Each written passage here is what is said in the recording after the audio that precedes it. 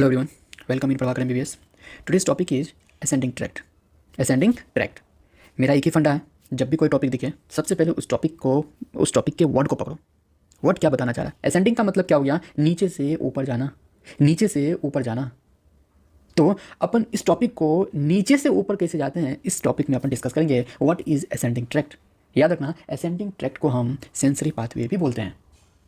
सवाल आता है फिर डिसेंडिंग ट्रैक्ट क्या है. डिसेंडिंग ट्रैक्ट जस्ट उल्टा हो जाएगा, ऊपर से नीचे आना, ऊपर से नीचे आना. इसका मतलब मोटर पाथवे को अपन क्या बोलेंगे, डिसेंडिंग ट्रैक्ट बोलेंगे. ये तो सिंपल था, जो बेसिक था हमको पहले से आता है.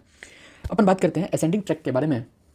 इस टॉपिक में अगर हम बात करें असेंडिंग ट्रैक्ट का, तो असेंडिंग ट्रैक्ट का मतलब क्या हुआ, नीचे से ऊपर जाना. और नीचे से ऊपर जाना इसका मतलब फाइनली जाना कहाँ है, जो सेंट्रल सल्कस में जो पोस्ट सेंट्रल गायरस होता है. याद रखना, जो सेंट्रल सल्कस में जो थोड़ा सा ओवर पोर्शन होता है पोस्ट सेंट्रल गायरस, जिसको हम सोमेटो सेंसरी कॉर्टेक्स बोलते हैं, वहाँ पे फाइनली इस ट्रैक्ट को जाना. ट्रैक्ट का मतलब क्या समझना है, फाइबर समझना, बंडल ऑफ फाइबर समझना.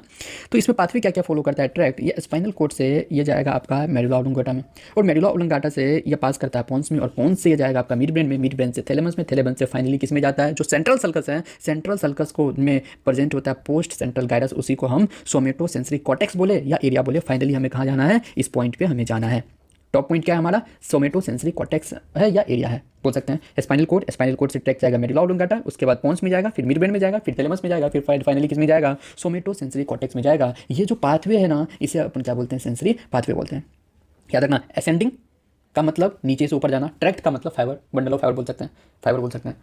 तो नेक्स्ट पॉइंट है, देखो जैसे अपन थोड़ा सा डॉर्सल, लेटरल और एंटेरियर, इसको अपन समझ लेते हैं.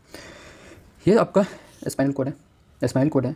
यह जो डॉर्सल साइड है, डॉर्सल साइड से जो ट्रैक निकलेगा, फाइबर निकलेगा, उसे बोलेंगे डॉर्सल कॉलम पाथवे बोलेंगे. याद रखना, डॉर्सल कॉलम पाथवे को हम क्या बोलते हैं, medial lemniscus pathway, medial lemniscus pathway भी बोलते हैं. याद रखना, जो डॉर्सल साइड से जो ट्रैक निकलेगा, जो डॉर्सल साइड से ट्रैक निकलेगा, इस पाथवे को बोलेंगे डॉर्सल कॉलम पाथवे या मीडियल लेमिनिस्कस पाथवे. याद रखना, फिर से बोल रहा हूँ, डॉर्सल कॉलम पाथवे या dorsal column medial lemniscus pathway, इसको बोलते हैं. और दूसरा जो लेटरल और जो एंटीरियर साइड से, जो लेटरल और एंटीरियर साइड से निकलेगा, तो उसे क्या बोलेंगे, एंटेरो लेटरल पाथवे बोलेंगे. क्या बोलेंगे, एंटेरो, क्योंकि एंटीरियर साइड और लेटरल साइड दोनों साइड से निकल रहा है, तो इसे अपन क्या बोलेंगे, एंटेरो लेटरल पाथवे बोलेंगे. क्या होता है एंटेरो लेटरल पाथवे, आगे डिस्कस करते हैं. फिर से बोल रहा हूँ, अगर डोर्सल साइड से जो ट्रैक निकलेगा उसे बोलेंगे डोर्सल कॉलम पाथवे, इसे मीडियल लेमिनिस्कस पाथवे भी बोलते हैं, डोर्सल मीडियल लेमिनिस्कस पाथवे भी बोलेंगे. अगर जो एंटीरियर और लेटरल साइड से जो निकलेगा, ये लेटरल पार्ट है, ये एंटीरियर है, तो मतलब इसे क्या बोलेंगे, दोनों से निकल रहा है, इसे बोलेंगे एंटेरो लेटरल पाथवे. ये जो पाथवे है इसका दो डिवीजन है. जैसे अपन हम बात किए डोर्सल साइड से जो ट्रैक निकलेगा उसे बोलेंगे क्या, डोर्सल कॉलम पाथवे बोलेंगे, और डोर्सल कॉलम पाथवे को हम क्या बोलते हैं, या मीडियल लेमिनिस्कस पाथवे भी बोलते हैं. डोर्सल कॉलम पाथवे को क्या बोलते हैं, मीडियल लेमिनिस्कस पाथवे भी बोलते हैं. और दूसरा होता है एंटीरियर और लेटरल से जो निकलेगा, एंटेरो लेटरल पाथवे बोलेंगे उसे. सबसे पहले इस पाथवे को पढ़ते हैं, इसको समझने में ईजी होगा. क्या होता है एंटेरो लेटरल पाथवे. देखो एंटेरो लेटरल नाम से पता चलता है, एक एंटीरियर साइड से होगा, एक लेटरल साइड से होगा. अगर हम बात करें anterior spinothalamic tract, anterior spinothalamic track, ये जो रिस्पॉन्सिबल होता है क्रूड टच का. क्रूड टच सवाल आता है, हम याद तो कर लेंगे crude touch, but crude touch होता क्या है. सपोज दैट आपका ये हाथ है, इस चीज़ को आपने टच किया, दूसरे हाथ से आपने टच किया, मतलब ये कॉमन है, आप इसे पता कर ली कि आपने इसे, आपको या कोई थर्ड पर्सन ने आपको इसे टच किया, तो मतलब क्या होगा, ये आपका क्रूड टच हो गया. एक होता है फाइन टच. फाइन टच का मतलब क्या होता है, ये बहुत ही बारीकी से टच किया होता है. सपोज दैट ये कॉटन है, इस कॉटन से आपको थोड़ा सा टच कर दिया, इसे बोलते हैं अपन फाइन टच. इसे क्या बोलते हैं, फाइन टच. मतलब आसानी से पता चल गया आपको टच किया, तो ये क्रूड टच हो गया. जो आसानी से पता ना चले, मतलब थोड़ा सा फाइनली आपको कॉटन लिया और कॉटन को आपको टच कर दिया, तो इसे बोलेंगे फाइन टच. फाइन टच नाम से पता चलता है क्रूड टच और फाइन टच. मतलब एंटीरियर स्पाइनोथैलेमिक ट्रैक्ट क्या हो जाएगा, क्रूड टच के लिए रिस्पॉन्सिबल होगा. जो लेटरल स्पाइनोथैलेमिक ट्रैक्ट हो जाएगा, ये पेन और टेम्परेचर के लिए रिस्पॉन्सिबल होगा. और एक चीज़ इसमें समझना, इसमें स्पाइनोथैलेमिक ट्रैक्ट क्यों बोलते हैं, क्योंकि स्पाइनल कोड से थैलेमस तक ट्रैक जाता है, इसी केस में क्या बोलते हैं, स्पाइनोथैलेमिक ट्रैक्ट यूज़ किया जाता है इसमें. नेक्स्ट आपका आता है dorsal column pathway. Dorsal column pathway में क्या होता है, देखो अभी हम लोग क्या बात किए, एंटेरो लेटरल पाथवे में क्या था, क्रूड टच था. तो इसके जस्ट अपोजिट सोचो, इसमें क्या आ जाएगा, फाइन टच था. इसमें क्या हो जाएगा, फाइन टच हो जाएगा.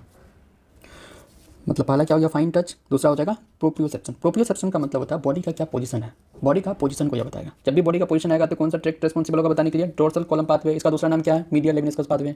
और तीसरा वाइब्रेशन. वाइब्रेशन वगैरह को आप जब क्लिनिकल में आपने एक्सपेरिमेंट भी किया होगा ट्यूनिंग फॉर्क के थ्रू, कि वाइब्रेशन को कौन पाथवे रिस्पॉन्सिबल होता है वाइब्रेशन के लिए, डोर्सल कॉलम पाथवे. किसके थ्रू हम लोग टेस्ट करते हैं, ट्यूनिंग फॉर्क के थ्रू. ट्यूनिंग फॉर्क किससे बना हुआ रहता है, मेटल से बना हुआ रहता है. इतना. नेक्स्ट है टेक्टाइल लोकलाइजेशन. टेक्टाइल लोकलाइजेशन का बात करेंगे तो इसमें क्या होता है, सपोज पर्सन को आपने आँख पे पट्टी बांध दिया, तो आप उसको टच करो, वो आपको बता देगा कहाँ पे टच हो रहा है. आँख बंद करने के बावजूद भी बता देगा आप कहाँ पर उसको टच कर रहे हो.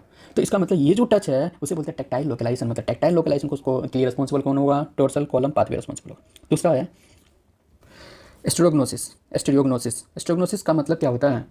तो ये क्या करता है, आपका डेप्थ के परसेप्शन को बताता है। कहने का मतलब सपोज डेट आपके हाथ में पेन दे दिया, ये बता देगा कि इस पेन का शेप और साइज़ को फिल करके बता देगा कि आप उसके हाथ में पेन रखा है। या आपके हाथ में कोई फ़ोन दे दिया, तो मोबाइल फ़ोन दे दिया, तो वो बता देगा कि आपके हाथ में मोबाइल फ़ोन है।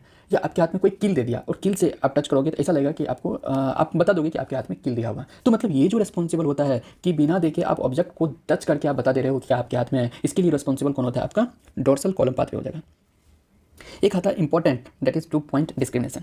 2 पॉइंट डिस्क्रिमिनेशन क्या होता है कि हम लोग एक डिवाइडर देखे हैं ना, प्रैक्टिकल जो एक प्रकार आता था पहले, उसे क्या बोलते थे, उसमें एक प्रेजेंट था डिवाइडर। डिवाइडर में क्या होता है, तो जो दो सुई होती थी उस चीज़ को आप फैला दो, किसी पे आप टच करो तो आप बता दोगे कि 2 पॉइंट पे नीडल ने टच किया। फिर जैसे जैसे कम करोगे तो ऐसा लास्ट में तुम नहीं बता पाओगे कि तुम्हारे पे एक सुई ने एक नीडल टच किया या 2 नीडल टच किया, ये नहीं बता पाओगे। तो इसे बोलते हैं 2 पॉइंट डिस्क्रिमिनेशन। ये आपके बॉडी के पोजीशन पे वेरी करते रहता है, वही करते हैं। जैसे आपके बैक साइड पे देखो तो बैक पार्ट पे क्या हो जाएगा कि ये जो 2 पॉइंट डिस्क्रिमिनेशन है, तो ये क्या करेगा कि इसको क्लासीफाई करना, ये बताना है कि ये 2 नीडल आपको टच किया कि एक नीडल, वो डिफिकल्ट हो जाता है। अगर थोड़ा थोड़ा और पास ला दिए तो बता तो देगा, लेकिन थोड़ा पास आ जाएगा तो ऐसा लगता है कि एक ही पॉइंट है। और दूसरा है जैसे फिंगर वगैरह पे, बहुत सेंसिटिव फिंगर वगैरह क्या होता है, ये 2 पॉइंट डिस्क्रिमिनेशन काफी क्लोज भी है तो बता देगा कि इसके पास 2 नीडल ने टच किया।